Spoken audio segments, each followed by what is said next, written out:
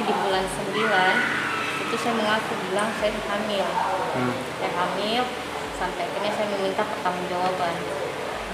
Di bulan 9 itu sebelum istrinya tahu, dia mau bertanggung jawab, mau menikahi dan segala macam.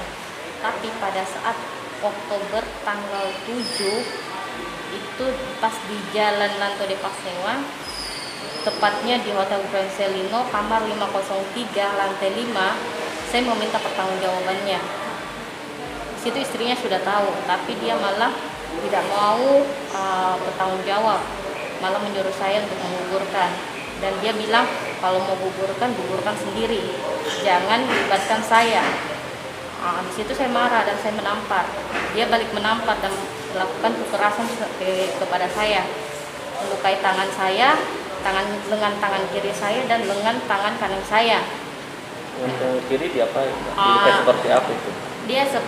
Dia lukai sampai berdarah. Informasinya sempat dibakar? Iya, seperti itu. Kayak luka bakar begitu.